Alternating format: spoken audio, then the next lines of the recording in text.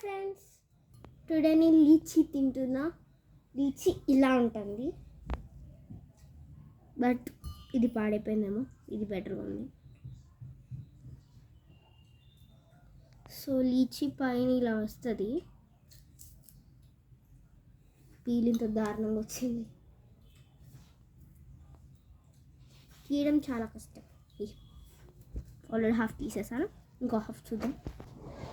So నేను ఇక్కడ 3 పెట్టాను, 3 ఒకేసారి పీల్ చేసేస్తాను. ఇది కొంచెం హాఫ్ పీల్ చేశాను, ఇంకా హాఫ్ ఉంది. సో అయిపోయింది గైస్, ఇప్పుడు టేస్ట్ చూద్దాం.